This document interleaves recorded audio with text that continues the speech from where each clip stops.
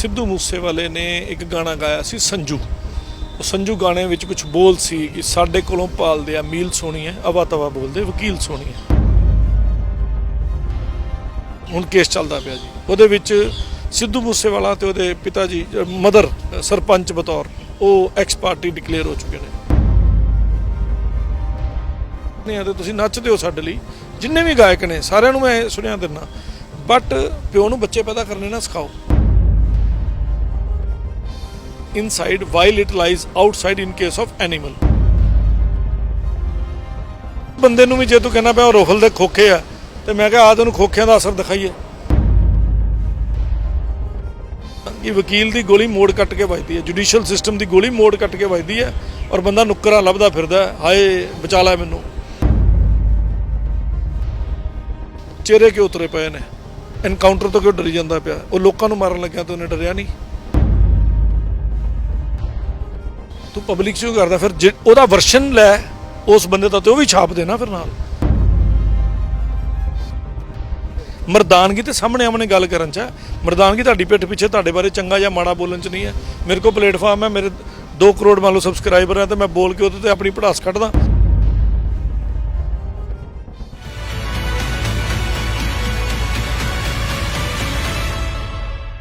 Global Punjab TV ਦੇਖ ਰਹੇ ਹੋ, ਮੈਂ ਹਾਂ ਅਨੂਜਾ ਸ਼ਰਮਾ। ਪਿਛਲੇ ਕੁਝ ਦਿਨਾਂ ਤੋਂ ਜਿਸ ਦਿਨ ਤੋਂ ਸਿੱਧੂ ਮੂਸੇਵਾਲੇ ਦੀ ਹੱਤਿਆ ਕੀਤੀ ਗਈ, ਬਹੁਤ ਸਾਰੀਆਂ ਚੀਜ਼ਾਂ ਸਾਹਮਣੇ ਆਈਆਂ। ਬਹੁਤ ਸਾਰੇ ਸਿੰਗਰ ਜਿਹੜੇ ਨੇ ਉਹਨਾਂ ਦੇ ਨਾਮ ਵੀ ਆਏ ਤੇ ਗੈਂਗਸਟਰ ਵੀ ਜਿਹੜੇ ਨੇ ਉਹ ਸਿੱਧੇ ਤੌਰ ਤੇ ਇਨਵੋਲਵ ਕੀਤੇ ਗਏ।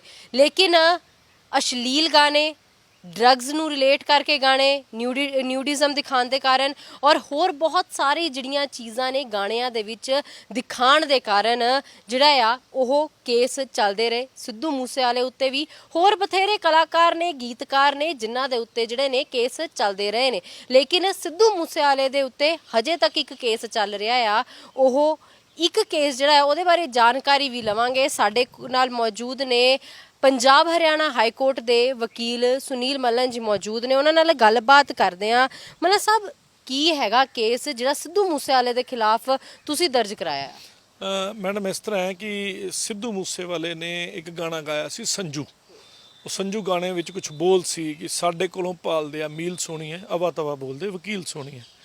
ਜਿਹੜੀ ਇਹ ਵਾਲੀ ਲਾਈਨ ਹੈ, ਔਰ ਉਸ ਤੋਂ ਬਾਅਦ ਵੀ ਹੈ ਕਿ ਸਾਡੀ ਉੱਥੇ ਚੱਲਦੀ ਜਿੱਥੇ ਸਾਡਾ ਸਰਦਾ ਤਾਂ ਰੱਬ ਸੁਣਦਾ, ਸਮਥਿੰਗ ਪਲੱਸ ਕਿੱਡੀ ਵੱਡੀ ਗੱਲ ਹੈ ਕਿ ਜੱਟ ਨੂੰ ਜੇਲ੍ਹ ਹੋ ਗਈ 5 ਸਾਲ ਦੀ, ਤੇ ਕੀ ਫਰਕ ਪੈਂਦਾ? ਲਾਈਕ ਮਤਲਬ ਪ੍ਰਮੋਸ਼ਨ ਹੈ ਇੱਕ ਤਰ੍ਹਾਂ ਦੀ, ਕ੍ਰਾਈਮ ਦੀ ਪ੍ਰਮੋਸ਼ਨ ਸੀ, ਪਲੱਸ ਜੁਡੀਸ਼ੀਅਲ ਸਿਸਟਮ ਦੀ ਉਹਦੇ ਵਿੱਚ ਹੱਦ ਤੱਕ ਕੀਤੀ ਗਈ ਸੀ। ਉਹਦੇ ਤੇ ਆਬਜੈਕਸ਼ਨ ਰੇਜ਼ ਕੀਤੀ ਸੀ, ਔਰ ਮੈਂ ਪਿਛਲੇ ਸਾਲ 15 ਜੂਨ ਨੂੰ ਲੀਗਲ ਨੋਟਿਸ ਪਾਇਆ ਸੀ, ਜਿਹੜਾ ਕਿ ਉਹਨਾਂ ਨੇ ਪਲੱਸ ਉਹਨਾਂ ਦੇ ਪਰਿਵਾਰ ਨੇ ਬੀਇੰਗ ਸਰਪੰਚ ਲੈਣ ਤੋਂ ਇਨਕਾਰੀ ਕਰਤੀ। ਅੱਛਾ। ਔਰ ਬਾਕੀ ਉਹਦੇ 'ਚ 14-15 ਪਾਰਟੀਆਂ ਹੋਰ ਬਣਾਈਆਂ ਸੀ, ਕਿਡਜ਼ ਮਿਊਜ਼ਿਕ ਵਾਲੇ, ਦੂਜੇ ਤੀਜੇ ਜਿੰਨੇ ਵੀ ਜਾਣੇ, ਜਿੰਨੇ ਪ੍ਰਮੋਟ ਕੀਤਾ, ਜਿੰਨੇ ਉਹਨੂੰ ਪ੍ਰੋਡਕਸ਼ਨ ਹਾਊਸ ਨੂੰ, ਸਾਰਿਆਂ ਨੂੰ ਪਾਇਆ ਸੀ, ਤਾਂ ਕੋਈ ਵੀ ਸਾਹਮਣੇ ਨਹੀਂ ਆਇਆ। ਔਰ ਜਦੋਂ ਸਾਹਮਣੇ ਨਹੀਂ ਆਇਆ ਤੇ ਉਸ ਤੋਂ ਬਾਅਦ ਅਸੀਂ ਵੇਟ ਕਰਨ ਤੋਂ ਬਾਅਦ ਜਿਹੜਾ ਟਾਈਮ ਪੀਰੀਅਡ ਹੁੰਦਾ, ਉਸ ਤੋਂ ਬਾਅਦ ਅਸੀਂ ਅੱਗੇ ਉਹਦੇ 'ਤੇ ਕੇਸ ਪਾਇਆ ਕੋਰਟ 'ਚ ਜਾ ਕੇ, ਮਾਨਯੋਗ ਅਦਾਲਤ 43 'ਚ। ਔਰ ਉਸ ਤੋਂ ਬਾਅਦ ਫਿਰ ਉਹ ਹੁਣ ਕੇਸ ਚੱਲਦਾ ਪਿਆ ਜੀ। ਉਹਦੇ ਵਿੱਚ ਸਿੱਧੂ ਮੂਸੇਵਾਲਾ ਤੇ ਉਹਦੇ ਪਿਤਾ ਜੀ ਮਦਰ ਸਰਪੰਚ ਬਤੌਰ ਉਹ ਐਕਸ ਪਾਰਟੀ ਡਿਕਲੇਅਰ ਹੋ ਚੁੱਕੇ ਨੇ। ਤੇ ਜੇਕਰ ਮੈਂ ਇਹਦੀ ਗੱਲ ਕਰਾਂ, ਉਹਨਾਂ ਦੇ ਵੱਲੋਂ ਤੁਹਾਡੇ ਨਾਲ ਕੋਈ ਗੱਲਬਾਤ ਕਰਨ ਦੀ ਕੋਸ਼ਿਸ਼ ਕੀਤੀ ਗਈ ਜਾਂ ਤੁਹਾਨੂੰ ਕੋਈ ਐਕਸਪਲੇਨੇਸ਼ਨ ਦੇਣ ਦੀ ਕੋਸ਼ਿਸ਼ ਕੀਤੀ ਗਈ ਹੋਵੇ ਕਿ ਅਸੀਂ ਇਸ ਕਰਕੇ ਨਹੀਂ ਆ ਰਹੇ ਜਾਂ ਇਹਨੂੰ ਇਸ ਕਰਕੇ ਅਸੀਂ ਤੁਹਾਡੇ ਨੋਟਿਸ ਨੂੰ ਜਿਹੜਾ ਆ ਉਹ ਐਕਸੈਪਟ ਨਹੀਂ ਕੀਤਾ? ਕੋਈ ਵੀ ਗੱਲਬਾਤ ਤੁਹਾਡੇ ਨਾਲ ਕੀਤੀ ਉਹਨਾਂ ਨੇ? ਜੇ ਕੀਤੀ ਹੁੰਦੀ ਨਾ ਜੀ ਤੇ ਸ਼ਾਇਦ ਮੁੱਦਾ ਕੋਰਟ 'ਚ ਜਾਣਾ ਹੀ ਨਹੀਂ ਸੀ। ਦੇਖੋ, ਮੇਰਾ ਕੋਈ ਪਰਸਨਲ ਗਰਜ ਨਹੀਂ ਹੈ, ਮੈਂ ਉਹਨਾਂ ਨਾਲ ਕੋਈ ਵੱਟ ਨਹੀਂ ਵੰਡਣੀ, ਮੇਰੀ ਉਹਨਾਂ ਨਾਲ ਕੋਈ ਪੈਲੀ ਸਾਂਝੀ ਨਹੀਂ, ਮੇਰਾ ਸਿਰਫ ਵਿਚਾਰਧਾਰਾ ਦਾ ਡਿਫਰੈਂਸ ਹੈ ਕਿ ਤੁਸੀਂ ਪੁਲਿਸ ਬਾਰੇ ਕਦੀ ਝੂਠ ਗਲਤ ਬੋਲਦੇ ਹੋ, ਕਦੀ ਮੀਡੀਆ ਬਾਰੇ ਗਲਤ ਬੋਲਦੇ ਹੋ, ਕਦੀ ਵਕੀਲਾਂ ਬਾਰੇ, ਜੁਡੀਸ਼ੀਅਲ ਸਿਸਟਮ ਬਾਰੇ ਗਲਤ ਬੋਲਦੇ ਹੋ। ਮੇਰੀ ਲੜਾਈ ਇਹ ਹੈ ਕਿ ਸਮਾਜ ਨੂੰ ਸੁਣਿਆ ਗਲਤ ਨਾ ਦਿਓ। ਜਿਹੜੀ ਸਾਡੀ ਨਵੀਂ ਪਨੀਰੀ ਆ ਰਹੀ ਹੈ ਨਾ, ਜਿਹੜੇ ਛੋਟੇ ਬੱਚੇ 12, 14, 15 ਸਾਲ ਹੋਏ ਜਿਨ੍ਹਾਂ ਦੀ ਮੁੱਛ ਨਹੀਂ ਫੁੱਟੀ ਹਲੇ ਤੱਕ, ਉਹ ਜਿਹੜੇ ਬੱਚੇ ਨੇ ਉਹਨਾਂ ਤੱਕ ਇੱਕ ਗਲਤ ਮੈਸੇਜ ਜਾ ਰਿਹਾ।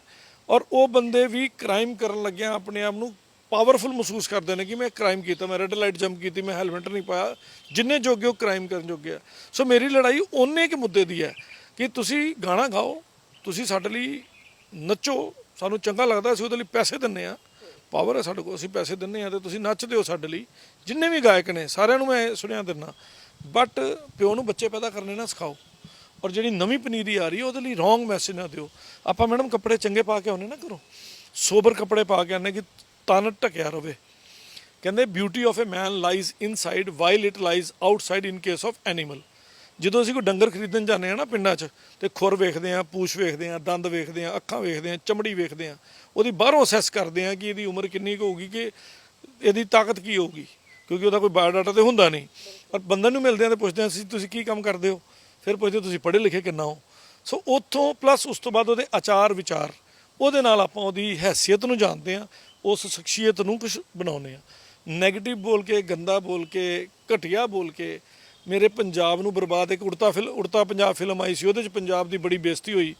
ਉਸ ਤੋਂ ਬਾਅਦ ਉਹਦੇ ਕਈ ਸਾਰੇ ਵਰਸ਼ਨ ਬਣੇ, ਫਿਰ ਉਹ ਗੰਦੇ ਗਾਣੇ ਆ ਗਏ।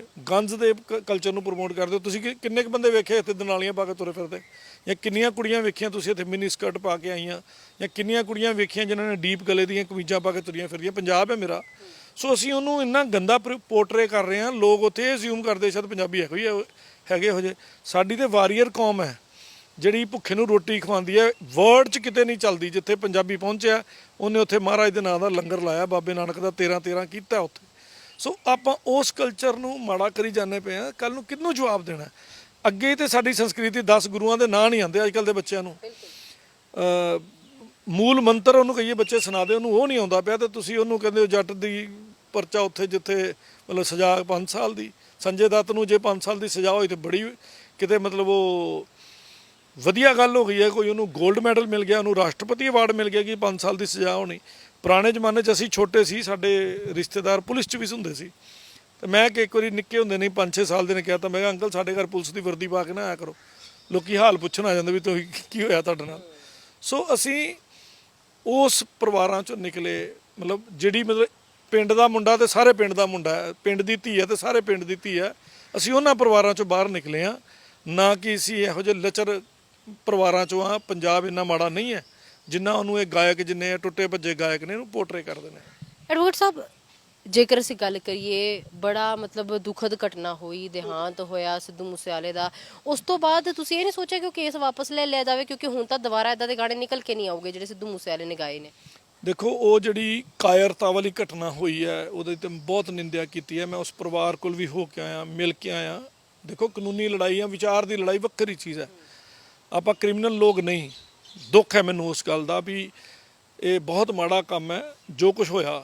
ਔਰ ਜਿੱਥੋਂ ਤੱਕ ਮੈਂ ਗੱਲ ਕਰਾਂ ਕੇਸ ਵਾਪਸ ਲੈਣ ਦੀ, ਉਹਦੇ ਵਿੱਚ ਇਸ ਤਰ੍ਹਾਂ ਕਿ ਬੀਇੰਗ ਸਿੱਧੂ ਮੂਸੇਵਾਲਾ, ਪਿੰਡ ਦਾ ਸਰਪੰਚ, ਦੋਨਾਂ ਨੇ ਲੈਣ ਤੋਂ ਇਨਕਾਰੀ ਕਰਤੀ ਕੋਰਟ ਦੇ ਸੰਮਨਾਂ ਨੂੰ। ਮੇਰੇ ਤੱਕ ਗੱਲ ਸੀ ਤੇ ਮੈਂ ਸ਼ਾਇਦ ਖਤਮ ਕਰ ਦਿੰਦਾ ਕੇਸ। ਹੁਣ ਮਾਨਯੋਗ ਅਦਾਲਤ ਦੀ ਮਰਜ਼ੀ ਹੈ, ਕਿਉਂਕਿ ਉਹਨਾਂ ਨੇ ਰਿਫਿਊਜ਼ਲ ਕੀਤੀ। ਇੱਕ ਤਰ੍ਹਾਂ ਦੀ ਗੁਸਤਾਖੀ ਹੁੰਦੀ ਹੈ ਜੇ ਰਿਫਿਊਜ਼ ਕੀਤਾ ਤੇ ਕੋਰਟ ਨੇ ਉਹਨਾਂ ਨੂੰ ਐਕਸ ਪਾਰਟੀ ਡਿਕਲੇਅਰ ਕਰਤਾ। ਹੁਣ ਬਾਕੀ ਜਿਹੜੇ 15 ਚੋਂ 2 ਘਟ ਕੇ 13 ਜਾਣੇ ਬਾਕੀ ਨੇ, ਉਹ 13 ਜਾਣਿਆਂ ਅਪੀਅਰ ਹੋ ਗਏ ਨੇ। ਉਹਦੇ ਚੋਂ 2-3 ਇੰਟਰਨੈਸ਼ਨਲ ਹੈ, ਉਹਦੇ ਲਈ ਪਬਲੀਕੇਸ਼ਨ ਦੇ ਆਰਡਰ ਹੋਏ ਨੇ, ਉਹਦੀ ਅਖਬਾਰ 'ਚ ਨਿਕਲਣਾ। ਥੋੜ੍ਹੇ ਦਿਨਾਂ 'ਚ ਤੁਸੀਂ ਦੇਖੋਗੇ ਕਿ ਅਖਬਾਰ 'ਚ ਪਬਲੀਕੇਸ਼ਨ ਹੋ ਗਈ ਉਹਨਾਂ ਲਈ, ਉਹਦੀ ਫੀਸ ਜਮ੍ਹਾਂ ਕਰਾਵਾਂਗੇ, ਉਹ ਹੋ ਜਾਏਗੀ। ਸੋ ਫਿਰ ਜਦੋਂ ਅਗਲੀ ਡੇਟ ਆਏਗੀ ਕੋਰਟ ਵਿੱਚ, ਜਿਹੜਾ ਵੀ ਬੰਦਾ ਉਹਨਾਂ ਨੂੰ ਰਿਪਰੈਜ਼ੈਂਟ ਕਰੇਗਾ ਦੱਸੇਗਾ ਕਿ ਉਹਨਾਂ ਦੀ ਡੈਥ ਹੋ ਗਈ ਹੈ। ਔਰ ਕੋਰਟ ਦਾ ਜੋ ਵੀ ਪ੍ਰੋਸੀਜਰ ਅੱਗੋਂ ਅਡੋਪਟ ਕਰਨਾ ਚਾਹੇਗੀ, ਚਾਹੇ ਥਰੂ LR, ਚਾਹੇ ਥਰੂ ਸਕਸੈਸਰ, ਚਾਹੇ ਥਰੂ ਲੈਫਟ ਓਵਰ ਪ੍ਰਾਪਰਟੀ, ਜਾਂ ਜਿੱਦਾਂ ਵੀ ਹੋਏਗਾ ਉਹਦੇ ਮੁਤਾਬਕ ਫਿਰ ਉਹ ਕੋਰਟ, ਮਾਨਯੋਗ ਅਦਾਲਤ ਨੂੰ ਜੋ ਚੰਗਾ ਲੱਗੇਗਾ ਉਹਦੇ ਮੁਤਾਬਕ ਕੰਮ ਚੱਲੇਗਾ। ਐਡਵੋਕੇਟ ਸਾਹਿਬ, ਹੋਰ ਵੀ ਬੜੇ ਕਲਾਕਾਰ ਨੇ, ਹੋਰ ਵੀ ਬੜੇ ਗੀਤਕਾਰ ਨੇ ਜਿਨ੍ਹਾਂ ਨੇ ਆ ਸਾਰੇ ਕੰਮ ਕੀਤੇ ਨੇ, ਭਾਵੇਂ ਉਹ ਗਨਜ਼ ਨੂੰ ਕਹਿ ਲਈਏ, ਭਾਵੇਂ ਡਰੱਗਿਜ਼ਮ ਨੂੰ ਲੈ ਲਈਏ। ਹਰ ਚੀਜ਼ ਜਿਹੜੀ ਹੈ ਪੰਜਾਬੀ ਗਾਣਿਆਂ ਦੇ ਵਿੱਚ ਆ ਚੁੱਕੀ। ਹਰ ਤਰੀਕੇ ਦੀ ਲੱਚਰਤਾ ਅਸੀਂ ਦੇਖਦੇ ਹਾਂ ਪੰਜਾਬੀ ਗਾਣਿਆਂ ਦੇ ਵਿੱਚ। ਹੋਰ ਕਿਹੜੇ ਅਜਿਹੇ ਗੀਤਕਾਰ ਨੇ ਜਾਂ ਸੰਗੀਤਕਾਰ ਨੇ ਜਿਨ੍ਹਾਂ ਨੂੰ ਤੁਸੀਂ ਜਿਹੜਾ ਆ ਉਹ ਸੰਮਨ ਭੇਜਿਆ ਆ ਜਾਂ ਨੋਟਿਸ ਭੇਜਿਆ ਹੋਇਆ ਆ? ਮਨਕੀਰਤ ਔਲਖ ਨੂੰ ਭੇਜ ਚੁੱਕਾ ਜੀ। ਔਰ ਵੀ ਬਾਕੀ ਐਕਚੁਅਲੀ ਕੀ ਹੈ ਮੈਮ, ਹੁਣ ਸਾਡੀ ਜਿਹੜੀ ਏਜ ਆ ਗਈ ਨਾ, ਸਾਨੂੰ ਇਹ ਗਾਣੇ ਅਸੀਂ ਵੇਖਦੇ ਤੇ ਹੈ ਨਹੀਂ, ਸੁਣਦੇ ਵੀ ਨਹੀਂ। ਉਹ ਕਾਰ 'ਚ ਲੱਗਾ ਹੁੰਦਾ ਤੇ ਉਹਨਾਂ ਕੁ ਸੁਣ ਲੈਂਦੇ ਆ। ਉਹਦੇ 'ਚ ਵੀ ਕਾਰ 'ਚ ਅਸੀਂ ਮੋਬਾਈਲ ਦਾ ਬਲੂਟੁੱਥ ਨਾਲ ਅਟੈਚ ਕੀਤਾ ਹੁੰਦਾ ਡਿਵਾਈਸ, ਤਾਂ ਕਿ ਕੋਈ ਇੰਪੋਰਟੈਂਟ ਕਾਲ ਆ ਜਾਏ। ਤੇ ਜ਼ਿਆਦਾਤਰ ਤੇ ਮੇਰੀ ਟਰੈਵਲਿੰਗ ਉਹਦੇ 'ਚ ਨਿਕਲ ਜਾਂਦੀ ਹੈ। ਤੇ ਕਦੀ ਡਰਾਈਵਰ ਕੋਈ ਗਾਣਾ ਲਾ ਕੇ ਸੁਣਾ ਦੇਵੇ, ਉਹ ਸੁਣ ਲਈਦਾ ਸ਼ਾਮ ਨੂੰ, ਕਿਤੇ 5 ਮਿੰਟ ਰਿਲੈਕਸ ਹੋਣਾ। ਐਕਚੁਅਲੀ ਜਿਹੜੇ ਮੇਰੀ ਜੂਨੀਅਰ ਟੀਮ ਆਉਂਦੀ ਹੈ ਨਾ, ਬੱਚੇ ਆਉਂਦੇ ਉਹ 20, 21, 22 ਸਾਲ ਵਾਲੇ, ਇਹ ਗਾਣਾ ਵੀ ਮੈਨੂੰ ਉਹਨਾਂ ਨੇ ਸੁਣਾਇਆ। ਤੇ ਮਨਕੀਰਤ ਔਲਖ ਵਾਲਾ ਗਾਣਾ ਵੀ ਉਹਨਾਂ ਨੇ ਸੁਣਾਇਆ। ਮੈਨੂੰ ਕਹਿੰਦੇ ਸਰ ਸੁਣੋ। ਉਹਨੇ ਵੀ ਕਿਹਾ ਚੱਕੀ ਉਹ ਵਕੀਲ ਫਿਰਦੇ, ਨਹੀਂ ਤਾਂ ਉਹ ਕੁੜੀ ਬੋਲਦੀ ਹੈ ਜਿਹੜੀ ਵੀ ਹੈਗੀ, ਉਹ ਮੈਨੂੰ ਨਹੀਂ ਪਤਾ। ਤੇ ਅੱਗੋਂ ਮਨਕੀਰਤ ਔਲਖ ਕਹਿੰਦਾ ਸੁਣੀ ਉਹ ਤਾਂ ਰਫਲ ਦੇ ਖੋਖੇ। ਸੋ ਮੈਨੂੰ ਉਸ ਗੱਲ ਦਾ ਗੁੱਸਾ ਆਇਆ ਵੀ ਜੇ ਅਸੀਂ ਜੁਡੀਸ਼ੀਅਲ ਸਿਸਟਮ ਦੇ ਬੰਦੇ ਜਿਹੜੇ ਸਟੈਚੂਏਟ ਬੋਰਡ ਮੈਂਬਰ ਆ, first man of the country is president of India, ਔਰ ਵੀ ਫਾਲ ਅੰਡਰ ਸੈਕਿੰਡ ਮੈਨ। ਜੇ ਜੇ ਕੋਈ ਗਿਣਤੀ ਕੀਤੀ ਜਾਵੇ ਤੇ ਦੂਜਾ ਮੈਨ ਜਿਹੜਾ ਜੁਡੀਸ਼ੀਅਲ ਸਿਸਟਮ ਹੈ, ਪਹਿਲਾ ਰਾਸ਼ਟਰਪਤੀ ਹੈ। ਸੋ ਉਸ ਬੰਦੇ ਨੂੰ ਵੀ ਜੇ ਤੂੰ ਕਹਿੰਦਾ ਪਿਆ ਉਹ ਰੋਫਲ ਦੇ ਖੋਖੇ ਆ, ਤੇ ਮੈਂ ਕਿਹਾ ਆ ਤੈਨੂੰ ਖੋਖਿਆਂ ਦਾ ਅਸਰ ਦਿਖਾਈਏ। ਮੈਂ ਕਲੀਅਰ ਕਹਿੰਦਾ ਕਿ ਵਕੀਲ ਦੀ ਗੋਲੀ ਮੋੜ ਕੱਟ ਕੇ ਵੱਜਦੀ ਹੈ, ਜੁਡੀਸ਼ੀਅਲ ਸਿਸਟਮ ਦੀ ਗੋਲੀ ਮੋੜ ਕੱਟ ਕੇ ਵੱਜਦੀ ਹੈ, ਔਰ ਬੰਦਾ ਨੁੱਕਰਾਂ ਲੱਭਦਾ ਫਿਰਦਾ, ਹਾਏ ਬਚਾ ਲੈ ਮੈਨੂੰ, ਘਬਰਾਹਟ ਹੁੰਦੀ ਹੈ। ਔਰ ਜਿੰਦਿਆਂ ਨੂੰ ਅਸੀਂ ਗਤੀ ਦਿਵਾਉਂਦੇ ਹਾਂ, ਅਸੀਂ ਲਾਅ ਨੂੰ ਪ੍ਰੋਟੈਕਟ ਕਰਦੇ ਹਾਂ, ਅਸੀਂ ਕ੍ਰਿਮੀਨਲ ਨੂੰ, ਅਸੀਂ ਕਿਸੇ ਬੰਦੇ ਨੂੰ ਪ੍ਰੋਟੈਕਟ ਨਹੀਂ ਕਰਦੇ। ਇਹ ਗੱਲ ਯਾਦ ਰੱਖੋ, ਅਸੀਂ ਲਾਅ ਨੂੰ ਪ੍ਰੋਟੈਕਟ ਕਰਦੇ ਹਾਂ ਕਿ ਲਾਅ ਦੀ ਬ੍ਰੈਕਟ 'ਚ ਜੇ ਕੋਈ ਪਾਪ ਹੋਇਆ, ਚਾਹੇ ਮੇਰੇ ਬੰਦੇ ਨੇ ਕੀਤਾ, ਉਹਨੂੰ ਸਜ਼ਾ ਮਿਲਣੀ ਚਾਹੀਦੀ ਹੈ, ਤੇ ਜੇ ਉਹਨੇ ਨਹੀਂ ਕੀਤਾ ਜਾਂ ਲਾਅ 'ਚ ਕੋਈ ਲਕੂਨਾ ਬਚਿਆ ਤੇ ਉਹਨੂੰ ਬਚਾਉਣਾ ਚਾਹੀਦਾ। ਲੱਗਦਾ ਕਿ ਪੰਜਾਬ ਜਿਹੜਾ ਆ, ਪੰਜਾਬ ਦੇ ਗੀਤਕਾਰ ਪੰਜਾਬੀ ਗਾਣਿਆਂ ਦੇ ਵਿੱਚ ਜਿਹੜਾ ਆ ਉਹ ਲਾਅ ਐਂਡ ਆਰਡਰ ਨੂੰ ਬੜਾ ਸੌਖਾ ਦਿਖਾ ਦਿੰਦੇ, ਆਸਾਨ ਦਿਖਾ ਦਿੰਦੇ ਆ, ਆਪਣੇ ਹੱਥਾਂ ਦਾ ਖੇਡ ਦਿਖਾ ਦਿੰਦੇ ਕਿ ਜਿਹੜੇ ਅਸਲੀ ਗੁਨੇਗਾਰ ਨੇ ਉਹਨਾਂ ਨੂੰ ਵੀ ਕੋਈ ਡਰ ਨਹੀਂ ਰਹਿ ਗਿਆ ਹੁਣ। ਦੇਖੋ ਜੀ, ਮੈਂ ਤਾਂ ਸਾਫ਼ ਗੱਲ ਦੱਸਾਂ, ਇਹਨਾਂ ਹਰਕਤਾਂ ਕਰਕੇ ਐਡਾ ਵੱਡਾ ਕੰਮ ਹੋਇਆ, ਪਹਿਲੀ ਗੱਲ। ਦੂਜੀ ਗੱਲ, ਜੇ ਇੰਨਾ ਹੀ ਸੌਖਾ ਲੱਗਦਾ ਉਹਨਾਂ ਨੂੰ ਤੇ ਪਿਓ ਦੇ ਪੁੱਤ ਇੱਕ ਵਾਰ ਤੇ ਕਚਹਿਰੀ ਆ ਕੇ ਵਿਖਾਉਂਦੇ ਮੈਨੂੰ, ਉੱਥੇ ਕਿਹੜਾ ਕਿਸੇ ਨੇ ਚਪੇੜ ਮਾਰਨੀ ਸੀ। ਕੱਲਾ ਆ ਕੇ ਦਿਖਾਵੇ, ਕੋਈ ਥਾਣੇ 'ਚ 5 ਮਿੰਟ ਖਲੋ ਕੇ ਦਿਖਾ ਦੇ ਬਤੌਰ ਮੁਲਜ਼ਮ, ਤੇ ਬਤੌਰ ਮੁਲਜ਼ਮ ਜਾਂ ਡਿਫੈਂਡੈਂਟ ਇੱਕ ਵਾਰੀ 5 ਮਿੰਟ ਕੋਰਟ 'ਚ ਖੜੇ ਹੋ ਕੇ ਦਿਖਾ ਦਿਓ, ਔਕਾਤ ਸਾਹਮਣੇ ਆ ਜਾਏਗੀ। ਸਟੇਜਾਂ 'ਤੇ ਖਲੋ ਕੇ ਬੜਕਾਂ ਮਾਰਨੀਆਂ, ਥਾਪੀਆਂ ਮਾਰਨੀਆਂ, ਇਹ ਕੋਈ ਵੱਡੀ ਗੱਲ ਨਹੀਂ, ਇਹ ਐਂਟਰਟੇਨਮੈਂਟ ਦਾ ਜ਼ਰੀਆ ਹੈ। ਪਰ ਸਾਡੇ ਬੱਚੇ ਉਹਨੂੰ ਇਮੋਸ਼ਨਲੀ ਸਹੀ ਲੈ ਜਾਂਦੇ ਨੇ ਵੀ ਸ਼ਾਇਦ ਇਦਾਂ ਹੀ ਹੁੰਦੀ ਹੈ ਦੁਨੀਆ, ਜਦ ਕਿ ਉਹਨਾਂ ਨੇ ਕਚਹਿਰੀ ਦਾ ਕੱਕਾ ਵੀ ਨਹੀਂ ਵੇਖਿਆ ਹੁੰਦਾ, ਥਾਣੇ ਦਾ ਥੱਥਾ ਵੀ ਨਹੀਂ ਵੇਖਿਆ ਹੁੰਦਾ। ਸੋ ਉਹਨਾਂ ਬੱਚਿਆਂ ਨੂੰ, ਮੇਰੀ ਨਵੀਂ ਪਨੀਰੀ ਨੂੰ, ਅੱਜ ਕੱਲ੍ਹ ਬੇਰੁਜ਼ਗਾਰੀ ਵੱਧਦੀ ਜਾ ਰਹੀ ਹੈ, ਅੱਜ ਕੱਲ੍ਹ ਮਤਲਬ ਹਿਊਮੈਨਿਟੀ ਵੀ ਨਹੀਂ ਰਹਿ ਰਹੀ, ਸਿਵਿਕ ਸੈਂਸ ਨਹੀਂ ਰਹਿ ਰਹੀ, 1 ਮਿੰਟ ਤੋਂ ਪਹਿਲਾਂ ਪੱਥਰ ਚੁੱਕ ਲੈਂਦੇ ਨੇ, ਪੇਸ਼ੈਂਸ ਨਹੀਂ ਰਹਿ ਰਹੀ, ਉਮਰਾਂ ਜਿਹੜੀਆਂ 100 ਸਾਲ ਹੁੰਦੀਆਂ ਸੀ ਉਹ 50 ਸਾਲ ਤੇ ਆ ਗਈਆਂ। ਸੋ ਐਜੂਕੇਸ਼ਨ ਲੈਵਲ ਡਾਊਨ ਹੁੰਦਾ ਜਾ ਰਿਹਾ, ਪੜ੍ਹ ਕੇ ਕੋਈ ਰਾਜੀ ਨਹੀਂ, ਮਿਹਨਤ ਕਰਕੇ ਕੋਈ ਰਾਜੀ ਨਹੀਂ, ਸਨੈਚਰ ਜ਼ਿਆਦਾ ਨੇ, ਕੰਮ ਕਰਨ ਵਾਲੇ ਘੱਟ ਨੇ। ਸੋ ਉਹਨਾਂ ਬੱਚਿਆਂ ਤੱਕ ਜਦੋਂ ਇਹ ਮੈਸੇਜ ਜਾਂਦਾ ਹੈ ਕਿ ਸੁਲਫਾ ਲਾਇਆ ਜਾਂ ਕੁਛ ਕੀਤਾ, ਤੇ ਉਸ ਤੋਂ ਬਾਅਦ ਉਹ ਆਪਣੇ ਆਪ ਨੂੰ ਰਾਜਾ ਸਮਝਦੇ ਨੇ, ਟੱਕਰਾਂ ਵੀ ਮਾਰਦੇ ਨੇ, ਔਰ ਉਹਨਾਂ ਬੱਚਿਆਂ ਨੂੰ ਸੁਧਾਰਨ ਦੀ ਲੋੜ ਹੈ, ਤਾਂ ਹੀ ਸਾਡਾ ਕੰਟਰੀ ਹਾਰਮਨੀ। ਅਬਦੁਲ ਕਲਾਮ ਜੀ ਨੇ ਕਿਹਾ ਸੀ ਕਿ ਜਿਸ ਕੰਟਰੀ 'ਚ ਹਾਰਮਨੀ ਹੋਏਗੀ ਨਾ, ਉਹ ਹਾਰਮਨੀ, ਮੈਂ ਤੁਹਾਨੂੰ ਪਿਆਰ ਕਰਾਂ, ਤੁਹਾਨੂੰ ਰਿਸਪੈਕਟ ਦੇਵਾਂ, ਤੁਹਾਡਾ ਖਿਆਲ ਰੱਖਾਂ, ਤੁਸੀਂ ਮੇਰੇ ਨਾਲ ਤੁਰਦੇ ਆਪਣੇ ਆਪ ਨੂੰ ਪ੍ਰੋਟੈਕਟਿਡ ਤੇ ਸਟਰੈਂਥਨ ਦਾ ਫੀਲ ਕਰੋ, ਤਾਂ ਸ਼ਾਇਦ ਤੁਹਾਨੂੰ ਮੇਰੇ ਪ੍ਰਤੀ ਹੋਰ ਰਿਸਪੈਕਟ ਵਧਣੀ ਸ਼ੁਰੂ ਹੋ ਜਾਏਗੀ। ਤੇ ਜੇ ਮੈਂ ਨਾਲ ਤੁਰੇ ਨੂੰ ਚੁੰਡੀ ਵੱਢੀ ਜਾ ਰਿਹਾ, ਕੁਛ ਇਹੋ ਜਿਹੀ ਗੰਦੀ ਹਰਕਤ ਕਰ ਰਿਹਾ, what you will do if you will have no choice. So ਮੈਂ ਆਪਣੇ ਪੰਜਾਬ ਨੂੰ ਜਾਂ ਕੋਸ਼ਿਸ਼ ਕਰਾਂਗਾ, ਅੱਗੋਂ ਵੀ ਜਿਹੜੀ ਮਾਨਯੋਗ ਅਦਾਲਤ ਨੇ 2016 'ਚ ਪਟੀਸ਼ਨ ਪਈ ਸੀ, 2019 'ਚ ਉਹਦਾ ਫੈਸਲਾ ਆਇਆ, ਉਹਦੇ ਵਿੱਚ ਇਹਨਾਂ ਗਾਣਿਆਂ ਨੂੰ ਬੈਨ ਕਰਨ ਦੀ ਗੱਲ ਕੀਤੀ ਹੈ।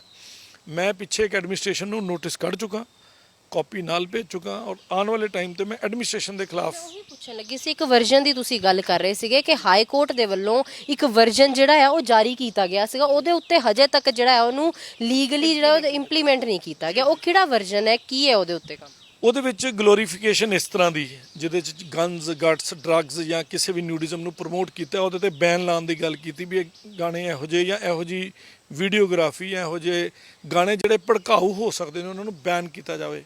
ਸੋ ਉਹਦੇ ਉੱਤੇ ਮੈਂ ਪਿੱਛੇ ਇੱਕ ਨੋਟਿਸ ਕੱਢ ਚੁੱਕਾ, ਔਰ ਹੁਣ ਬਸ ਛੁੱਟੀਆਂ ਖਤਮ ਹੋਣ ਤੋਂ ਬਾਅਦ ਇੱਕ ਨੋਟਿਸ ਹੋਰ ਕੱਢਾਂਗਾ ਵੀ ਉਹਦੀ ਇੰਪਲੀਮੈਂਟੇਸ਼ਨ ਦਿਖਾਓ ਵੀ ਕਿੰਨੇ ਗਾਣੇ ਤੁਸੀਂ ਬੈਨ ਕੀਤੇ ਨੇ, ਜਾਂ ਉਹਦੇ ਤੇ ਕੀ ਪਨਿਸ਼ਮੈਂਟ ਤੁਸੀਂ ਸੈੱਟ ਕੀਤੀ ਹੈ, ਜਿਹਦੇ ਵਿੱਚ ਸੀਐਮ ਪੰਜਾਬ ਵੀ ਪਾਰਟੀ ਬਣਨਗੇ ਮੇਰੀ ਉਸ ਪਟੀਸ਼ਨ 'ਚ, ਔਰ ਜਿਹੜੀ ਪਬਲੀਕੇਸ਼ਨ ਡਿਪਾਰਟਮੈਂਟ ਹੈ, ਜਿਹੜੀ ਹੈ ਕਲਚਰਲ ਡਿਪਾਰਟਮੈਂਟ ਹੈ, ਇਹਨਾਂ ਨੂੰ ਪਾਰਟੀ ਬਣਾਇਆ ਜਾਏਗਾ। ਪੰਜਾਬ ਪੁਲਿਸ ਪਾਰਟੀ ਹੋਏਗੀ ਉਹਦੇ 'ਚ, ਕਿਉਂਕਿ ਡੀਜੀਪੀ ਦਾ ਰੋਲ ਹੈ, ਪੰਜਾਬ ਪੁਲਿਸ ਦਾ ਰੋਲ ਹੈ, ਹੋਰ ਜਿਹੜੇ ਹੋਰ ਮਹਿਕਮੇ ਨੇ, ਮਿਨਿਸਟਰੀ ਆਫ ਹੋਮ ਹੈ, ਉਹਨਾਂ ਨੂੰ ਪਾਰਟੀ ਬਣਾ ਕੇ ਪੁੱਛਿਆ ਜਾਏਗਾ, ਨਹੀਂ ਤਾਂ ਉਹਨਾਂ ਦੇ ਖਿਲਾਫ ਕੰਟੈਂਪਟ ਪਟੀਸ਼ਨ ਪਾਈ ਜਾਏਗੀ। ਫਿਲਹਾਲ ਐਗਜ਼ੀਕਿਊਸ਼ਨ ਪਹਿਲਾਂ ਮੈਂ ਫਾਈਲ ਕਰਾਂਗਾ ਕਿ ਇਹਦੀ ਇੰਪਲੀਮੈਂਟੇਸ਼ਨ ਮੈਨੂੰ ਦਿਖਾਓ ਕਿੱਥੇ ਹੈ। ਸੋ ਉਹਦੇ ਤੇ ਹੁਣ ਅਗਲੀ ਮੇਰੀ ਟੀਮ ਕੰਮ ਕਰ ਰਹੀ ਹੈ, ਉਹਨੂੰ ਕੁਝ ਟਾਈਮ ਲੱਗਦਾ, ਕਿਉਂਕਿ ਰੂਟੀਨ ਦੇ ਕੰਮ 'ਚੋਂ ਇਹ ਵਾਲਾ ਕੰਮ ਕਰਨਾ ਇਟ ਟੇਕਸ ਟਾਈਮ। ਸੋ ਪਹਿਲਾਂ ਲਾਅ ਨੂੰ ਪੜ੍ਹਨਾ, ਸਮਝਣਾ, ਉਹਦੇ ਤੇ ਵਰਕਆਊਟ ਕਰਨਾ, ਕਰਨ ਤੋਂ ਬਾਅਦ ਉਹਨੂੰ ਬਣਾਉਣਾ। ਸੋ ਅਸੀਂ ਉਹਦੇ ਤੇ ਹੁਣ ਮਿਹਨਤ ਕਰ ਰਹੇ ਹਾਂ, ਮਿਹਨਤ ਕਰਕੇ ਜਲਦੀ ਹੀ ਇਸ ਮੁੱਦੇ ਦੇ ਉੱਤੇ ਅਸੀਂ ਕੇਸ ਕਰਾਂਗੇ, ਔਰ ਇਹਨਾਂ ਨੂੰ ਮਤਲਬ ਖਿੱਚਾਂਗੇ ਸਾਰਿਆਂ ਨੂੰ। ਜੀ ਵਕੀਲ ਸਾਹਿਬ, ਤੁਸੀਂ ਇੱਥੇ ਆਪਣੇ ਪੂਰੇ, ਜਿੰਨੀ ਦੇਰ ਮੈਂ ਤੁਹਾਡੇ ਨਾਲ ਗੱਲਬਾਤ ਕੀਤੀ ਹੈ, ਮੈਨੂੰ ਇਹ ਜ਼ਰੂਰ ਸਮਝ ਆਇਆ ਕਿ ਤੁਸੀਂ ਨੌਜਵਾਨ ਪੀੜ੍ਹੀ ਦੇ ਵਾਸਤੇ ਬਹੁਤ ਚਿੰਤਿਤ ਹੋ, ਜਿਹੜੇ ਗਾਣੇ ਉਹ ਸੁਣ ਰਹੇ ਨੇ, ਜਿਸ ਤਰੀਕੇ ਜਿਹੜੇ ਰਾਹ ਤੇ ਉਹ ਚੱਲ ਰਹੇ ਨੇ, ਉਹਦੇ ਬਾਰੇ ਬੜੇ ਚਿੰਤਿਤ ਹੋ। ਉਹ ਜਿਹੜੀ ਨੌਜਵਾਨ ਪੀੜ੍ਹੀ ਇਸ ਵਕਤ ਤੁਹਾਨੂੰ ਸਾਡੇ ਚੈਨਲ ਦੇ ਮਾਧਿਅਮ ਨਾਲ ਸੁਣ ਰਹੀ ਹੈ, ਉਹਨਾਂ ਨੂੰ ਕੀ ਅਪੀਲ ਕਰਦੇ ਹੋ? ਦੇਖੋ, ਦੁਨੀਆ ਦੀ ਸੱਚਾਈ ਜਿਹੜੀ ਹੈ ਉਹ ਮਿਹਨਤ ਤੋਂ ਬਿਨਾਂ ਨਹੀਂ ਹੈਗੀ। ਬਹੁਤ ਮਿਹਨਤ ਕਰਨ ਤੋਂ ਬਾਅਦ ਥੋੜ੍ਹਾ ਜਿਹਾ ਕੁਛ ਮਿਲਦਾ, ਜਿਹਦੇ ਨਾਲ ਸ਼ਾਇਦ ਰੋਟੀ ਵੀ ਕਿਸੇ ਵੇਲੇ ਪੂਰੀ ਨਹੀਂ ਹੁੰਦੀ। ਔਰ ਇੱਕੋ ਹੀ ਚੀਜ਼ ਹੈ ਜਿਹੜੀ ਤੁਹਾਨੂੰ ਦੁਨੀਆ 'ਚ ਬਹੁਤ ਅੱਗੇ ਲਿਜਾ ਸਕਦੀ ਹੈ, ਦੈਟ ਇਜ਼ ਵਿਦਿਆ, ਪੜ੍ਹਾਈ। ਔਰ ਪੜ੍ਹਾਈ ਪੜ੍ਹਨੀ ਨਹੀਂ, ਸਿੱਖਣੀ ਹੈ। ਗੁਰੂ ਗ੍ਰੰਥ ਸਾਹਿਬ ਜੀ 'ਚ ਵੀ ਜੋ ਲਿਖਿਆ ਉਹਨੂੰ ਇੰਪਲੀਮੈਂਟ ਕਰਨਾ ਆਪਣੀ ਲਾਈਫ 'ਚ। ਲੋਕ ਸਿਰਫ ਪੜ੍ਹਦੇ ਨੇ, ਉਹਦੇ 'ਚ 2 ਲੈਣਾ ਸਿੱਖ ਲਓ, ਉਹਨੂੰ ਇੰਪਲੀਮੈਂਟ ਕਰ ਲਓ, ਤੁਸੀਂ ਤਰ ਜਾਓਗੇ। ਉਹ ਇੰਨੇ ਬੜੇ ਅੰਗ ਪੜਨ ਦੀ ਲੋੜ ਨਹੀਂ। ਉਹ ਮਾਲਕ ਨੇ ਕਿਹਾ, ਰੱਬ ਨੇ ਕਿਹਾ ਕਿ ਇਹਨੂੰ ਸਿੱਖੋ, ਤਾਂ ਨਾਮ ਸਿੱਖ ਪਿਆ। ਉਹਨੂੰ ਸਿੱਖੋ ਕਿ ਕਰਨਾ ਕੀ ਹੈ। ਔਰ ਅਸੀਂ ਦੁਨਿਆਵੀ ਪਾਸਿਆਂ 'ਚ ਤੁਰ ਪਏ, ਵੱਡੇ ਵੱਡੇ ਬਾਣੇ ਪਾਲੇ, ਦਾੜੀਆਂ ਵੱਡੀਆਂ ਕਰਨ ਨਾਲ ਕਿਤੇ ਨਹੀਂ ਪਰਮਾਤਮਾ ਨੇ ਕਿਹਾ। ਉਹਨਾਂ ਨੇ ਤੇ ਵੰਡ ਛਕਣ ਦੀ ਗੱਲ ਕੀਤੀ ਵੀ ਮੈਂ ਇੱਕ ਰੋਟੀ ਖਾਣ ਲੱਗਾ, ਤੁਸੀਂ ਮੇਰੇ ਕੋਲ ਬੈਠੇ ਜੇ, ਮੈਂ ਕਹਾਂ ਯਾਰ ਭੈਣ ਮੇਰੀ ਹੈ, ਲੈ ਤੂੰ ਵੀ 2 ਗਰਾਈਆਂ ਖਾ ਲੈ। ਉਹ ਕਲਚਰ ਸਿਖਾਇਆ ਉਹਨਾਂ ਨੇ, ਕਿਸੇ ਮਾੜੇ ਦੀ ਮਦਦ ਕਰਨੀ ਸਿਖਾਈ। ਸੋ ਵਿੱਦਿਆ ਇੱਕ ਐਸੀ ਚੀਜ਼ ਹੈ ਜਿਹਨੇ ਤੁਹਾਨੂੰ ਜ਼ਿੰਦਗੀ 'ਚ ਅੱਗੇ ਲੈ ਕੇ ਜਾਣਾ ਹੈ ਔਰ ਬੜੀਆਂ ਉਚਾਈਆਂ ਤੱਕ ਲੈ ਕੇ ਜਾਣਾ ਹੈ। ਹੋਰ ਕੋਈ ਚੀਜ਼ ਨਹੀਂ ਲਿਜਾਂਦੀ।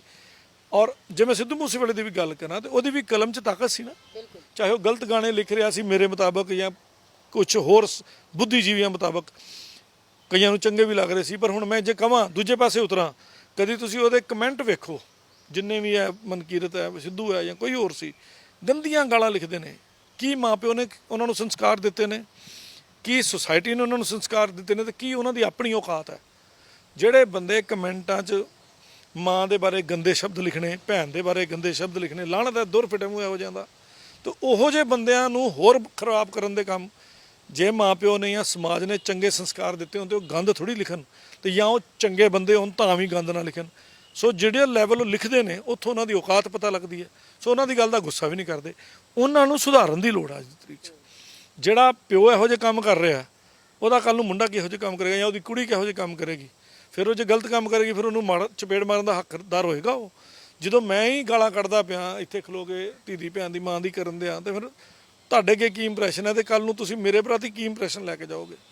ਸੋ ਉਹੀ ਕਹਿਣਾ ਪਿਆ ਕਿ ਉਸ ਲੈਵਲ ਨੂੰ ਬਦਲਣ ਦੀ ਲੋੜ ਹੈ, ਉਹਨੂੰ ਸਮਝਣ ਦੀ ਲੋੜ ਹੈ ਔਰ ਉਸ ਵਰਗ ਨੂੰ ਉੱਚਾ ਉਠਾਉਣ ਦੀ ਲੋੜ ਹੈ। ਦੇਖੋ ਸਾਡੇ ਜਿੰਨੇ ਵੀ ਗ੍ਰੰਥ ਨੇ ਉਹ 'ਚ ਲਿਖਿਆ ਜੀ ਕਹੋ ਜੀ ਕਹਾਓ, ਇਰਰਿਸਪੈਕਟਿਵ ਆਫ ਏਜ। ਤੁਸੀਂ ਮੇਰੇ ਤੋਂ ਛੋਟੇ ਹੋ, ਮੈਂ ਤੁਹਾਨੂੰ ਨਹੀਂ ਕਹਿ ਕੇ ਆਵਾਜ਼ ਮਾਰਾਂ ਜਾਂ ਕਹਾਂ ਪਲੀਜ਼ ਗੱਲ ਸੁਣੋ, ਤੇ you will assess my level. So ਤੁਹਾਡਾ ਐਜੂਕੇਸ਼ਨ ਲੈਵਲ, ਤੁਹਾਡਾ ਫੈਮਿਲੀ ਕਲਚਰ, ਤੁਹਾਡੇ ਪਿੱਛੋਂ ਤੁਹਾਨੂੰ ਕੀ ਸਿਖਾ ਰਹੀ ਹੈ, ਤੁਹਾਡਾ ਯਾਰ ਦੋਸਤ ਆਲਾ ਦੁਆਲਾ ਕੀ ਸਿਖਾ ਰਿਹਾ, this is your society, this is your culture, this is your character and what is your character. ਆਪਣੇ ਆਪਣੇ ਕਰੈਕਟਰ 'ਚ ਝਾਤੀ ਮਾਰ ਕੇ ਦੇਖੋ। ਬੱਚਿਆਂ ਨੂੰ ਇੱਕੋ ਹੀ ਸੁਨੇਹਾ ਹੈ, ਜਿੰਨੀ ਵੀ ਪੜ੍ਹਾਈ ਕਰੋ, ਭਾਵੇਂ 5ਵੀਂ ਤੱਕ ਕਰੋ ਚਾਹੇ 10ਵੀਂ ਤੱਕ ਕਰੋ, ਵਧੀਆ ਦਿਲ ਨਾਲ ਸਮਝ ਕੇ ਕਰੋ, ਉਹਨੂੰ ਸਿੱਖੋ, ਫਿਰ ਵੀ ਤੁਸੀਂ ਕਾਮਯਾਬ ਹੋ ਜਾਓਗੇ। ਪਰ ਜੇ ਤੁਸੀਂ ਕੰਮ ਨਹੀਂ ਕਰਨਾ ਚਾਹੁੰਦੇ, ਤੁਸੀਂ ਪੜ੍ਹਨਾ ਨਹੀਂ ਚਾਹੁੰਦੇ, ਮੁਫਤ ਦੀ ਕਮਾਈ ਕਿਤੋਂ ਨਹੀਂ ਆਣੀ, ਕਿਸੇ ਕੋਲ ਨਹੀਂ ਆਉਂਦੀ, ਤੇ ਜੇ ਚੋਰੀ ਚਕਾਰੀ ਕਰਦੇ ਹੋ ਤੇ ਅਲਟੀਮੇਟਲੀ ਤੁਸੀਂ ਜੇਲ੍ਹ 'ਚ ਜਾਂਦੇ ਹੋ। ਗਲੋਰੀਫਿਕੇਸ਼ਨ ਦੁਨੀਆ ਦੀ ਡੌਨ, ਸੱਚੀ ਮੁੱਚੀ ਡੌਨ ਕਦੀ ਵੀ ਨਹੀਂ ਹੈਗਾ, ਠੀਕ ਹੈ ਨਾ। ਉਸ ਹਾਈਟ ਤੱਕ ਪਹੁੰਚਿਆ ਹੀ ਨਹੀਂ ਜਾਂਦਾ, ਉਸ ਤੋਂ ਪਹਿਲਾਂ ਲੁੜਕ ਜਾਂਦੇ ਨੇ। ਔਰ ਕੀ ਕੁਝ ਗਲਤੀਆਂ ਹੁੰਦੀਆਂ ਨੇ, ਕਿੱਥੇ ਕਿੱਥੇ ਕਿੰਨੀ ਪਰੇਸ਼ਾਨੀ 'ਚ ਜੀਂਦੇ ਨੇ। ਲਾਰੈਂਸ ਬਿਸ਼ਨੋਈ ਮੈਂ ਕਹਾਂ ਜੇ ਗੱਲ ਕਰਾਂ, ਜਿੰਨਾ ਮਰਜ਼ੀ ਆਪਣੇ ਆਪ ਨੂੰ ਤੋਪ ਸਮਝਦਾ ਸੀ, ਮੰਨ ਲਓ ਸਮਝਦਾ ਸੀ, ਤੇ ਪੁਲਿਸ ਕੋ ਡਰਦਾ ਕਿਉਂ ਪਿਆ ਸੀ? ਚਿਹਰੇ ਕਿਉਂ ਉਤਰੇ ਪਏ ਨੇ? ਐਨਕਾਊਂਟਰ ਤੋਂ ਕਿਉਂ ਡਰੀ ਜਾਂਦਾ ਪਿਆ? ਉਹ ਲੋਕਾਂ ਨੂੰ ਮਾਰਨ ਲੱਗਿਆ ਤਾਂ ਉਹਨੇ ਡਰਿਆ ਨਹੀਂ, ਕਿਸੇ ਦੇ ਪਿਓ ਦੇ ਪੁੱਤ ਨੂੰ ਮਾਰਨ ਲਈ ਜਾਂ ਮਰਵਾਉਣ ਲਈ। ਜੇ ਡਰ ਨਹੀਂ ਆਉਂਦਾ ਤਾਂ ਫਿਰ ਆਪ ਵੀ ਮਰਨ ਨੂੰ ਤਿਆਰ ਰਹਿਣਾ ਚਾਹੀਦਾ ਗੈਂਗਸਟਰਸ ਨੂੰ। ਅਗਰ ਆਪਾਂ ਦੇਖੀਏ ਕਿ ਆ ਸਾਰੀਆਂ ਚੀਜ਼ਾਂ ਲੀਡ ਇੱਕੋ ਪਾਸੇ ਕਰਦੀਆਂ ਨੇ, ਕਿਉਂਕਿ ਨੌਜਵਾਨ ਪੀੜ੍ਹੀ ਜਿੱਥੇ ਮਰਜ਼ੀ ਚਲ ਜੇ, ਭੁਗਤਣਾ ਮਾਂ ਪਿਓ ਨੂੰ ਪੈਂਦਾ। ਪਿਛਲਿਆਂ ਸਾਰਿਆਂ ਨੂੰ ਸਾਨੂੰ ਦੁੱਖ ਹੈ ਉਸ ਵੀਰ ਦੀ ਮੌਤ ਦਾ। ਉਹ ਚੰਗੇ ਗਾਣੇ ਲਿਖੇ ਜਾਂ ਪੰਜਾਬ ਨੂੰ ਇੱਕ ਨੈਕਸਟ ਲੈਵਲ ਤੇ ਉਹਨੇ ਲੈ ਜਾਣਾ ਸੀ, ਕੋਈ ਸ਼ੱਕ ਨਹੀਂ। ਅਸੀਂ ਵੀ ਉਹਦੇ ਵੱਡੇ ਭਰਾ ਵਾਂ। ਜਦੋਂ ਛੋਟਾ ਭਰਾ ਗਲਤੀ ਕਰੇ, ਕੰਨ ਤੇ ਚਪੇੜ ਮਾਰਨ ਦਾ ਅਧਿਕਾਰ ਹੈ, ਸਾਡੀ ਚਪੇੜ ਕਾਨੂੰਨ ਦੀ ਹੈ। ਅਸੀਂ ਕਾਨੂੰਨੀ ਤੌਰ ਤੇ ਅਗਲੇ ਨੂੰ ਸੱਦਿਆ, ਔਰ ਗਰੰਟੀ ਨਾਲ ਕਹਿਣਾ, ਇਹੋ ਜਿਹੀਆਂ ਜਦੋਂ ਅਸੀਂ ਥੱਪੜ ਮਾਰਦੇ ਹਾਂ ਕਿਸੇ ਨੂੰ ਜਾਂ ਇਹੋ ਜਿਹਾ ਸੁਣਿਆ ਜਾਂਦਾ ਤੇ ਡਰ ਤਾਂ ਲੱਗਦਾ ਕਿ ਵਕੀਲ ਮੇਰੇ ਮਗਰ ਪੈ ਗਿਆ, ਤੇ ਮੈਂ ਇਕੱਲਾ ਨਹੀਂ ਹੈ, ਮੇਰੇ ਪਿੱਛੇ ਮੇਰੀ ਕਮਿਊਨਿਟੀ ਹੈ।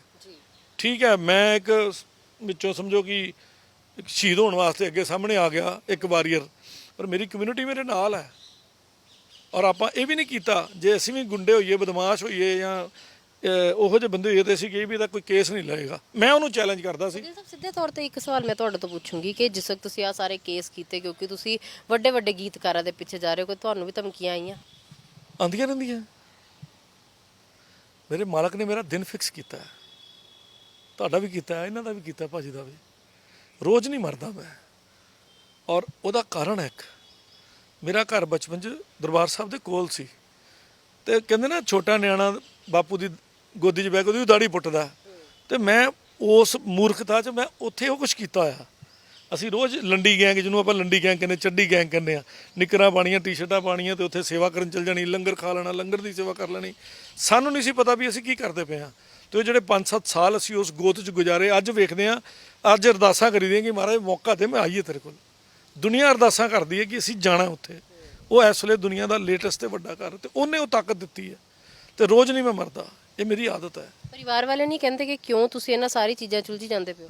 ਉਹਨਾਂ ਨੂੰ ਵੀ ਰੱਬ ਤੇ ਵਿਸ਼ਵਾਸ ਹੈ, ਤੇ ਜਦੋਂ ਪ੍ਰਮਾਤਮਾ ਦੀ ਡੋਰ ਛੱਡੀ ਹੈ, ਔਰ ਮੈਂ ਕਿਸੇ ਬਾਰੇ ਗਲਤ, ਮੇਰੀ ਤੁਹਾਡੇ ਨਾਲ ਕੋਈ ਜਾਤੀ ਦੁਸ਼ਮਣੀ ਹੈ?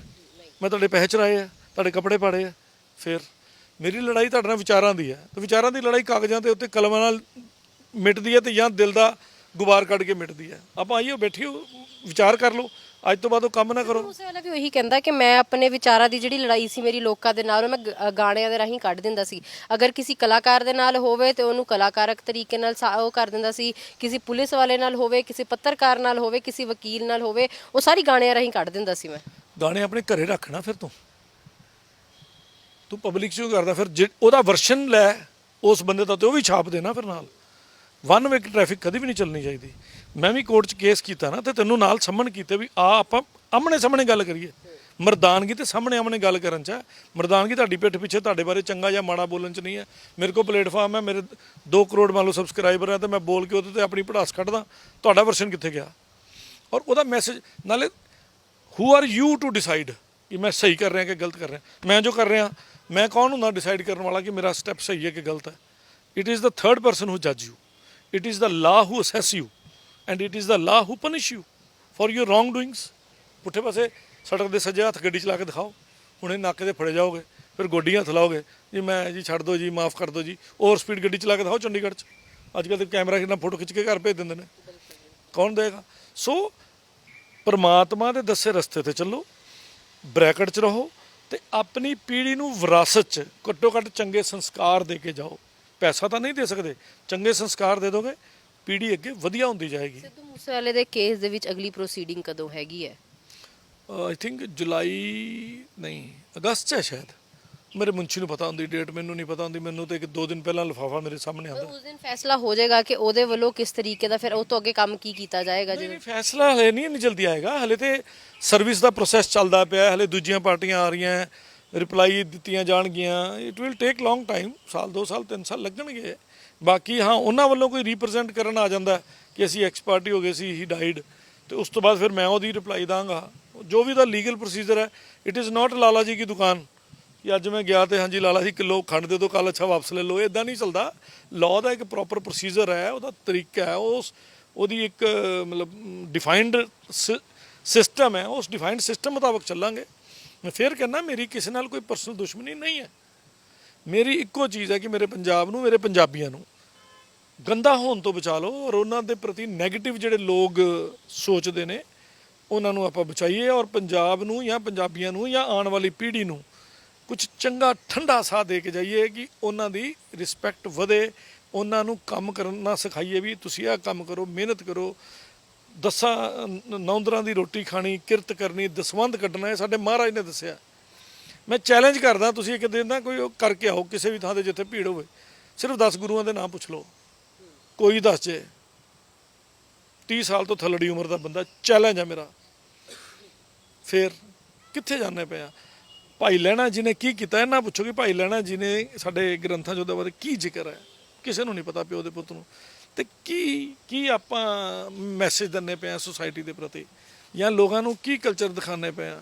ਭਾਈ ਕਨਈਆ ਜੀ ਨੇ ਕੀ ਕੀਤਾ ਸੀ, ਪੁੱਛ ਕੇ ਦਿਖਾਓ ਕਿਸੇ ਨੂੰ।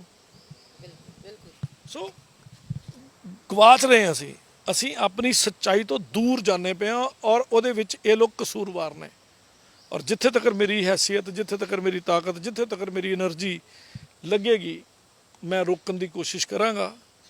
ਹੋ ਸਕਦਾ ਮੈਂ ਜਿੱਤ ਜਾਂ, ਹੋ ਸਕਦਾ ਮੈਂ ਕਿਤੇ ਹਾਰ ਜਾਂ, ਪਰ ਮੈਂ ਸੁਸਾਇਟੀ ਨੂੰ ਮੈਸੇਜ ਜ਼ਰੂਰ ਦੇ ਕੇ ਜਾਊਂਗਾ ਕਿ ਗਲਤ ਕੰਮ ਗਲਤੀ ਹੁੰਦਾ। ਮਤਲਬ ਅੱਜ ਤੋਂ 10 ਸਾਲ, 20 ਸਾਲ, 25 ਸਾਲ ਅੱਗੇ ਸੋਚੋ ਕਿ ਮੈਂ ਕੀ ਦੇ ਰਿਹਾ। ਜੇ ਮੈਂ ਆਪਣੇ ਬੱਚੇ ਨੂੰ ਚੋਰ ਬਣਾਉਣਾ ਨਾ, ਸਭ ਤੋਂ ਪਹਿਲਾਂ ਉਹ ਮੇਰੇ ਘਰ ਚੋਰੀ ਕਰੇਗਾ, ਯਾਦ ਰੱਖਣਾ ਆਪਣੀ ਗੱਲ। ਫਿਰ ਉਹ ਗੁਆਂਢੀਆਂ ਘਰ ਚੋਰੀ ਕਰੇਗਾ, ਔਰ ਮੁੜ ਕੇ ਉਹਦਾ ਇਲਾਜ ਨਹੀਂ ਕਰ ਪਾਓਗੇ। ਅੱਜ ਚੰਗੇ ਸੰਸਕਾਰ ਦਿਓਗੇ ਤੇ ਦੂਜਿਆਂ ਵਾਸਤੇ ਵੀ ਭਲਾ ਕਰਨ ਦਾ ਸੋਚੇਗਾ, ਦੂਜਿਆਂ ਨੂੰ ਵੀ 2 ਗਰਾਈਆਂ ਉਹਦੇ ਮੂੰਹ 'ਚ ਵੀ ਪਾਏਗਾ। ਅਸੀਂ ਵਕੀਲ ਸਾਹਿਬ ਨਾਲ ਗੱਲਬਾਤ ਕਰਾਈ ਜਿਨ੍ਹਾਂ ਨੇ ਸਿੱਧੇ ਤੌਰ ਤੇ ਜਿਹੜੇ ਗੀਤਕਾਰ ਸੰਗੀਤਕਾਰ ਜਿਹੜੇ ਪੰਜਾਬ ਜਗਤ ਦੇ ਪੰਜਾਬੀ 뮤직 ਇੰਡਸਟਰੀ ਦੇ ਕਲਾਕਾਰ ਨੇ ਉਹਨਾਂ ਦੇ ਉੱਤੇ ਕੇਸ ਪਾਏ ਨੇ, ਕਿਉਂਕਿ ਪੰਜਾਬੀ ਗਾਣਿਆਂ ਦੇ ਵਿੱਚ ਜਿਹੜੀ ਹੈ ਉਹ ਲੱਚਰਤਾ ਵੱਧਦੀ ਜਾ ਰਹੀ ਹੈ, ਡਰੱਗ ਕਲਚਰ ਗਨ ਕਲਚਰ ਇਹ ਵੀ ਵੱਧਦਾ ਜਾ ਰਿਹਾ ਹੈ। ਇਸ ਦੇ ਖਿਲਾਫ ਇੱਕ ਆਵਾਜ਼ ਚੱਕੀ ਹੈ ਕਿ ਇਹ ਜਿਹੜੀਆਂ ਚੀਜ਼ਾਂ ਨੇ ਪੰਜਾਬ ਨੂੰ ਤੇ ਪੰਜਾਬ ਦੀ ਜਿਹੜੀ ਛਵੀ ਹੈ ਉਹਨੂੰ ਖਰਾਬ ਕਰ ਰਹੀਆਂ ਨੇ, ਇਹਨਾਂ ਨੂੰ ਖਤਮ ਕਰਨਾ ਚਾਹੀਦਾ ਹੈ, ਉਹਦੇ ਬਾਰੇ ਆਵਾਜ਼ ਚੱਕੀ ਹੈਗੀ ਹੈ। ਕੈਮਰਾਮੈਨ ਜੇਪੀ ਦੇ ਨਾਲ ਅਨੂਜਾ ਸ਼ਰਮਾ, ਗਲੋਬਲ ਪੰਜਾਬ ਟੀਵੀ, ਮੋਹਾਲੀ।